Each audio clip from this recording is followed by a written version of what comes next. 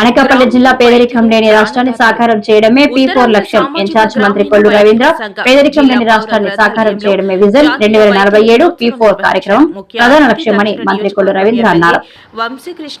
శుక్రవారం సాయంత్రం కలెక్టరేట్ సమావేశ మందిరంలో స్వర్ణాంధ్ర 2047 కార్యక్రమంలో భాగంగా జిల్లా దార్శనికత కార్యాచరణ ప్రణాళికపై జిల్లా స్థాయి కమిటీ సమావేశాన్ని ప్రముఖ పారిశ్రామికవేత్తలు సిఎస్ఆర్ ప్రతినిధులతో జిల్లా ఇన్ఛార్జ్ మంత్రి మరియు రాష్ట్ర ఎక్సైజ్ మరియు భూగర్భ గనుల శాఖ మంత్రి కొల్లు రవీంద్ర అధ్యక్షతన జరిగింది.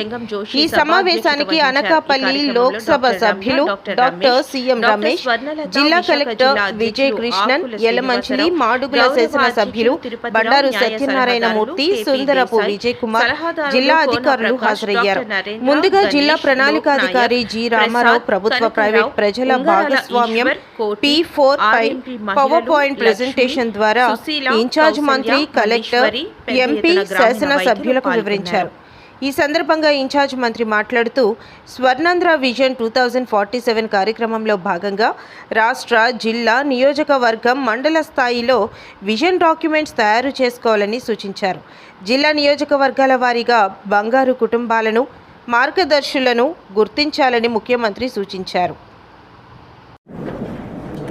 మరి జిల్లా విజన్ 2047 కమిటీకి సంబంధించి కూడా ఈరోజు భవిష్యత్ యాక్షన్ ప్లాన్ కోసం ఈరోజు సమావేశం ఏర్పాటు చేసుకోవడం జరిగింది. ఈ కార్యక్రమంలో గౌరవ పార్లమెంట్ సభ్యులు సిఎం రమేష్ గారు, అదేవిధంగా శాసనసభ్యులు బండారు సత్యనారాయణమూర్తి గారు, జిల్లా కలెక్టర్ గారు, అలాగే దీంట్లో కొంతమంది ఎమినెంట్ పర్సన్స్ని, అదేవిధంగా ఎవరైతే సిఎస్ఆర్ కింద వర్క్ చేయడానికి ముందుకు వస్తారో వాళ్ళని ఒక 5గురు సభ్యుల కింద జిల్లాలో ఏర్పాటు చేసుకోవడం, అలాగే జిల్లా యంత్రాంగాన్ని, అధికారులను అందరినీ కూడా దీంట్లో ఇన్వాల్వ్ చేసుకుని ముందుకెళ్లే దానికోసం ఒక కార్యాచరణని ఈరోజు ఏర్పాటు చేసుకోవడం జరిగింది. మరి ఈ కార్యక్రమానికి మరి చైర్మన్ కూడా రావడం జరిగింది, కార్పొరేషన్ చైర్మన్స్ కానీ, అలాగే జిల్లా అధికారులందరూ కూడా రావడం జరిగింది. ముఖ్యంగా మనం చూసుకున్నట్టయితే ఇవాళ 26 జిల్లాల్లో కూడా గౌరవ ముఖ్యమంత్రి గారు ఒక ప్లానింగ్ చేసుకుని సూపర్ 6 పథకాలలో రాష్ట్రంలోని ప్రజలు సంతోషంగా ఉన్నారు. శ్రీకాకుళం జిల్లా టెక్కర నియోజకవర్గం నందిగాం మండలంలోని మర్లపాడు, కవిటి, అగ్రహారం గ్రామాల్లో పర్యటించే సుపరిపాలనలో తొలి అడుగు కార్యక్రమంలో పాల్గొన్న మంత్రి అచ్చెన్న. ఇప్పుడు ఈ రాష్ట్రంలో ఉండడానికి అర్హత లేదని ఈ సందర్భంగా తెలియజేస్తున్నాను. సంవత్సరం అయింది, మీ దగ్గర వాలంటీర్లు ఉండేవాళ్ళు. వాలంటీర్లు మీ ఇంటింటికి వచ్చి ఒకటే చెప్పేవాళ్ళు. ఇప్పుడు పథకాలన్నీ వస్తున్నాయి. చంద్రబాబు నాయుడు వస్తే ఈ పథకాలు మీకు అందవని ఒకే మాట చెప్పేవాళ్ళు తప్ప ఇంకొక విషయం చెప్పేవాళ్ళు. నిజమే, ఆర్థికంగా చాలా ఇబ్బందులు ఉన్నాయి, చాలా కష్టాలున్నాయి. ఈరోజు పథకాలు మళ్ళీ కొనసాగించాలంటే చాలా కష్టం. ఎప్పుడు పథకాలు కొనసాగించగలం? ఒక కుటుంబం ఉంది, 100 రూపాయలు రోజు ఆదాయం వస్తే ఒక 50 రూపాయలు ఖర్చు పెట్టచ్చు. పైసా ఆదాయం లేకుండా రోజు 100 రూపాయలు ఖర్చు పెడితే ఉన్నది అమ్ముకోవడం తప్ప వాళ్ళకేమీ మిగలదు. రాష్ట్రం కూడా అదే. ముందు రాష్ట్రానికి ఆదాయం సంపాదించాలి, సంపాదించిన ఆదాయం ప్రజలకు పంచాలి. 5 సంవత్సరాల్లో ఆదాయం ఎలాగొస్తుంది? ఒక అభివృద్ధి కార్యక్రమం జరిగితే ఆదాయం వస్తుంది, ఒక ఇరిగేషన్ ప్రాజెక్టు కడిగితే ఆదాయం వస్తుంది, లేకపోతే ఎవరో విదేశాల నుంచో ఇతర రాష్ట్రాల నుంచి వచ్చి ఇక్కడ 1000 కోట్లు 2000 కోట్లు పెట్టుబడి పెట్టి ఒక పరిశ్రమ పెడితే ఆదాయం వస్తుంది. 5 సంవత్సరాల్లో పూర్తిగా ఏమీ చేయకపోవడం వల్ల రాష్ట్ర ఆదాయం పూర్తిగా కుంటుపడిపోయింది. ఇటువంటి పరిస్థితిలో మనం అధికారానికి ఇచ్చాం. నేనైతే భయపడ్డాను. మీ ఊరు ఎలక్షన్లో రాలేదు కానీ నియోజకవర్గం అంతా తిరిగి చెప్పాను. అప్పుడు నాకు రాష్ట్ర ప్రభుత్వం పరిస్థితి తెలియదు. అందరికీ చెప్పాం, ఏమమ్మా ఓట్లు వేయండి, ఈ పథకాలన్నీ మీకు ఇస్తామని చెప్పాం. ఓట్లు వేశారు, గెలిచాం. పథకాలు ఇవ్వగలమని భయము, ఆందోళన చెందింది. అయితే మన అదృష్టం ఏమిటంటే చంద్రబాబు నాయుడు లాంటి వ్యక్తి పుట్టడం, మనకు ముఖ్యమంత్రి కావడం మనందరి రెవెన్యూకు సంబంధించి 10 అంశాలపై ముఖ్యమంత్రి చంద్రబాబు నాయుడు సమీక్ష చేశారని మంత్రి అనగాని సత్యప్రసాద్ తెలిపారు. ఏడాది కాలంగా రెవెన్యూ శాఖ పనితీరుపై సీఎం సమీక్ష చేశారు. సమావేశం అనంతరం మంత్రి అనగాని మీడియాతో మాట్లాడుతూ గౌరవ ముఖ్యమంత్రి గారు చాలా క్లియర్గా ఉన్నారు. ప్రతి పేదవాడికి కూడా నివాసయోగ్యమైన ఇల్లు ఉండాలి. రూరల్ ప్రాంతంలో 3 సెంట్లు ఉండాలా, అర్బన్ ప్రాంతంలో 2 సెంట్లు ఉండాలా. అర్బన్లో మన టిడ్కో ద్వారా మంచి అవకాశం కల్పించాలి. 2 సంవత్సరాల లోపల ప్రతి ఒక్కరి దగ్గర కూడా మనకి ఇళ్ల స్థలాలు ఉండాలి. 3 సంవత్సరాల్లో ఇల్లు కూడా ఉండాలని చెప్పే ఒక డైరెక్షన్ కూడా ఇవ్వడం జరిగింది ఈరోజు. దానికి అలాగే ఏదైతే జర్నలిస్ట్ సోదరులకు కూడా ఇస్తా అన్నారో అది లీగల్ యాజిల్స్ ఉన్నాయి.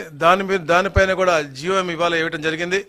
గౌరవ ఎంఏయుడి మినిస్టర్ గారు, గౌరవ హౌసింగ్ మినిస్టర్ గారు, అలాగే రెవెన్యూ మినిస్టర్ గారు నన్ను మా ముగ్గురిని కూడా ఇవాళే ఈ జర్నలిస్ట్ హౌసింగ్కు ప్లస్ పేదల ఇల్లుల విషయంగా కూడా ఒక హౌస్ కమిటీ వేయడం జరిగింది. తప్పకుండా అతి త్వరగా ఇవన్నీ కూడా మేము అక్టోబర్ 2 ఎక్కువ కార్యక్రమాలకు మేము డెడ్ లైన్ పెట్టుకున్నాము. కొన్నిటికి ఆగస్ట్ 15 పెట్టుకున్నాము, అక్టోబర్ 2కి పెట్టుకున్నాం. సో ఈ డెడ్ లైన్స్ లోపల వీటికి అన్నిటి కూడా పరిష్కారాలు వచ్చే విధంగా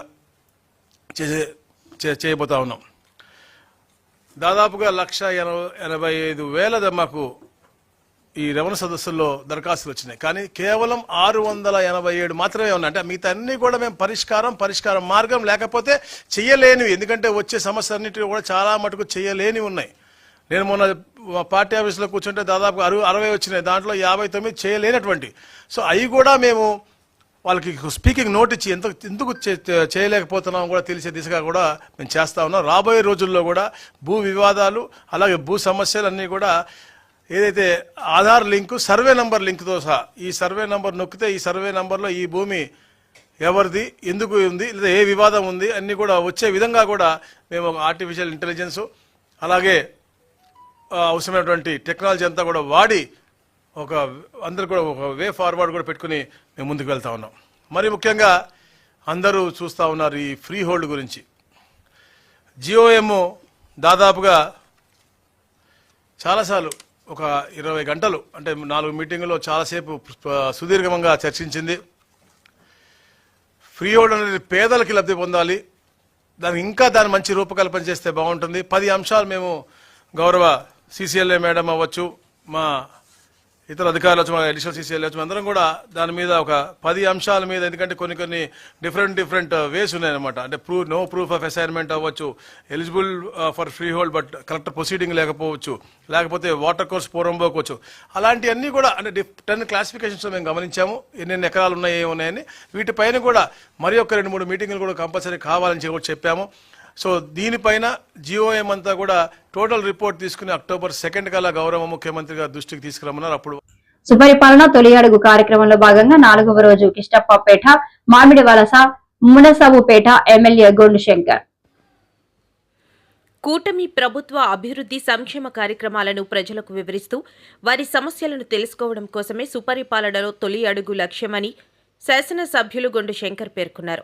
రాష్ట్ర ముఖ్యమంత్రి నారా చంద్రబాబు, ఉప ముఖ్యమంత్రి పవన్ కళ్యాణ్, మంత్రి నారా లోకేష్ ఆదేశాల మేరకు చేపట్టిన తొలి అడుగు కార్యక్రమంలో భాగంగా శుక్రవారం శ్రీకాకుళం మండల పరిధిలోని కిష్టప్పపేట, మామిడి వలస, మునసబుపేట గ్రామాలలో పార్టీ శ్రేణులతో కలిసి ఆయన పర్యటించారు.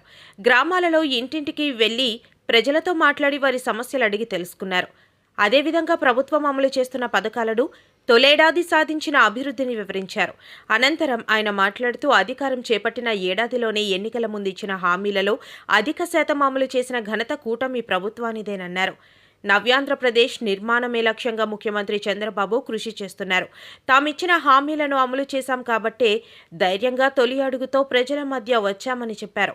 ఈ కార్యక్రమంలో సింగుపురం సర్పంచ్ గుండా ఆదిత్య నాయుడు, ఉప సర్పంచ్ కుంచాల ఆదినారాయణ, గ్రామాల నాయకులు, కార్యకర్తలు, బూత్ ఇన్ఛార్జీలు, క్లస్టర్ ఇన్ఛార్జీలు తదితరులు పాల్గొన్నారు. సుపరిపాలనలో తొలి అడుగు. అందరికీ నమస్కారం. సుపరిపాలనలో తొలి అడుగు మొదటి సంవత్సరం ఎన్డీఏ కూటమి ప్రభుత్వం మొదటి సంవత్సరం పూర్తి చేసుకున్న సందర్భంగా శ్రీకాకుళం రూరల్ మండలం కృష్ణపేట గ్రామ పంచాయతీలో ఈరోజు ఇంటింటికి సర్వే కార్యక్రమం చేపట్టడం జరిగింది. అందరికీ ప్రభుత్వ పథకాలు సక్రమంగా అందుతున్నాయా లేదా, అలాగే ఇక్కడ మౌలిక వసతులు ఎటువంటి సమస్యలు ఉన్నాయా లేదనే దాని మీద ఈరోజు పూర్తిగా ఇంటింటికి వెళ్ళి సర్వే చేయడం జరిగింది. కొంతమందికి ఇంకా పెన్షన్ రావాల్సి ఉంది. హౌస్ హోల్డ్ మ్యాపింగ్ సమస్యలు కొన్ని దగ్గరలో ఉన్నాయి. అలాగే సర్వే నెంబర్స్ ఆన్లైన్లో చేయాలి. అంపోలు పంచాయతీ మాది ఎక్కువ ఉన్నందువల్ల ఇంకా దానికి రీసర్వే అవ్వలేదు. ఇవన్నీ విషయాలపైన చర్చించడం జరిగింది. సో తప్పకుండా ఈ సమస్యలన్నీ రానున్న రోజుల్లో పూర్తిగా క్లియర్ చేసే బాధ్యత నేను తీసుకుంటానని తెలియజేస్తూ ఈరోజు ఈ కార్యక్రమంలో ఈ గ్రామం ఇన్ఛార్జ్ సర్పంచ్ సత్యవతమ్మ, అలాగే ఇతర గ్రామ పెద్దలు, అలాగే సింగుపురం సర్పంచ్ ఆదిత్యనాయుడు గారు, వైస్ సర్పంచ్ ఆదినారాయణ గారు, అలాగే ఇతర గ్రామ పెద్దలు అందరూ కూడా పాల్గొన్నారు. వారందరికీ కూడా పేరు పేరున నా హృదయపూర్వక నమస్కారాలు. రాష్ట్రంలో అమ్మాయిలు అదృశ్యమవుతున్న పోలీసులు పట్టించుకోవడం లేదని మాజీ మంత్రి పేర్ని నాని ఆరోపించారు. ఇప్పటి వరకు ఇద్దరు అమ్మాయిలను కాపాడారు, అది కూడా పవన్ చెప్పినందుకు. సరే, పవన్ కు చెబుదామని పేరెంట్స్ వెళితే ఆయన చిక్కడు దొరకడం. పోలీసింగ్ అంటే రాష్ట్రంలో ఆడపిల్లలు కనపడపోతే ఇద్దరినే పట్టుకున్నారు పోలీసులు ఇప్పుడు దాకా. ఆ ఇద్దరు కూడా పవన్ కళ్యాణ్ గారు చెప్పారని పట్టుకున్నారంట. ఇదేం పోయే కాలం అని అడుగుతున్నాను. అంటే పోలీసింగ్ పనిచేయరా, ఉద్యోగం చేయరా? పోనీ అందరం పవన్ కళ్యాణ్ దగ్గరికి వెళ్దాం, కనపడిన ఆడపిల్లలు అందరూ మా అమ్మాయి తప్పిపోయిందని చెప్తా కంటే అతనేమో షూటింగ్లో ఉంటాడు, ఇక్కడ ఉండడు, దొరకడు, చిక్కడు దొరకడు. ఓ సినిమా తీయాలి ఇక. చిక్కడు దొరకడు. చంద్రబాబుకి ఎప్పుడున్నా మాత్రం రాజకీయంగా ఆపద వస్తే మాత్రం పరిగెత్తుకొస్తారు. ఒక చెల్లి ఒక తమ్ముడు ఇద్దరు వచ్చేస్తారు ఎగేసుకుంటా.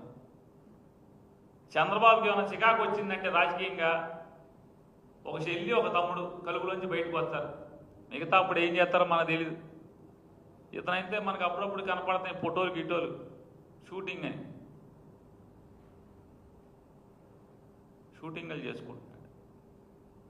ఇవాళ ఇక్కడ వైద్య విద్యలో అవకాశాలు దొరక్క డాక్టర్ అవ్వాలని చెప్పని సంకల్పం. బాల్యం నుంచి నేను డాక్టర్ అవ్వాలి, నేను మనుషుల ప్రాణాలు కాపాడాలి, వైద్యం చేయాలి అనేటువంటి కసితో, సంకల్పంతో ఇక్కడ సీటు దొరకపోతే విదేశాలకు వెళ్ళి తల్లిదండ్రుల చెమటోడ్చిన రూపాయితో కూడబెట్టి, అమ్మా నాన్న చెమటోడ్చి సంపాదించి కూడబెట్టిన రూపాయితో విదేశాల్లో చదువుకొస్తే, మెడికల్ కౌన్సిల్ ఆఫ్ ఇండియా పరీక్ష పాస్ అయితే ఇవాళకి సర్టిఫికెట్లు ఇవ్వకుండా పైశాచికంగా, ఇది నరకాసుర ప్రభుత్వం కాక ఏమవుతుందని చెప్తున్నా. వైసీపీ వాళ్ళకి నరకాసుర ప్రభుత్వమే, ఎవరికి పడితే వాళ్ళకి. ఈ రాష్ట్రంలో ఉన్న అవుట్ సోర్సింగ్ ఉద్యోగస్తులకి ఇది నరకాసుర ప్రభుత్వం. ఎన్నికల ముందు ఉద్యోగస్తులకి అరచేతిలో వైకుంఠం చూపించినటువంటి ఏపీలో కూటమి ప్రభుత్వం మామిడి రైతులతో చెలగాట మారుతుందని మాజీ టీటీడీ చైర్మన్ భూమన కరుణాకర్ రెడ్డి ఆరోపించారు. చిత్తూరులో కుమార్ అనే రైతుని ఫారెస్ట్ అధికారులు ఇబ్బందులకు గురి చేశారు అని అన్నారు. పనులు మాట్లాడుతున్నారట. మీరు ఎన్ని ఆటంకాలు కలిగించినా జగన్మోహన్ రెడ్డి గారు రావటం తథ్యం. అలాగే జగన్మోహన్ రెడ్డి గారి ప్రోగ్రాం క్యాన్సిల్ అయ్యిందని కూడా తెలుగుదేశం పార్టీకి, జనసేన పార్టీకి సంబంధించిన వాళ్ళు ప్రచారం కూడా పెట్టారు. జగన్మోహన్ రెడ్డి గారి పర్యటన వాయిదా పడలేదు, రద్దు కాలేదు. 9వ తారీఖున జగన్మోహన్ రెడ్డి గారు బంగారుపాళ్యం వస్తున్నారు. మీరు రైతుల్ని బెదిరించిన రైతులు కూడా చాలా మంది మేము స్వచ్ఛందంగా వచ్చి మాకు జరిగినటువంటి అన్యాయం ఇది అని తెలియజెప్తామని వాళ్ళు సిద్ధంగా ఉన్నారు. కర్ణాటక ప్రభుత్వం ఇంత పెద్ద మద్దతు ధర ప్రకటించినా ఇప్పటికీ కూడా ఈ రాష్ట్ర ప్రభుత్వం, చంద్రబాబు నాయుడు గారు మాయమాటలు చెప్పటమే తప్ప ఏ రకమైనటువంటి సహాయము చేయటం లేదు. మద్దతు ధర లేదు. పిచ్చాపాటి కార్యక్రమం ఈ మామిడి రైతుల ఫ్యాక్టరీల వాళ్లతో యజమానులతో మాట్లాడడం తప్ప మరొక కార్యక్రమం చేయకపోగా ఆశ్చర్యకరంగా 4వ తారీఖున ఈ నెల 4వ తారీఖున టి కుమార్ అనేటువంటి తుమిండ విలేజ్ చిత్తూరు మండలం సంబంధించిన ఒక రైతు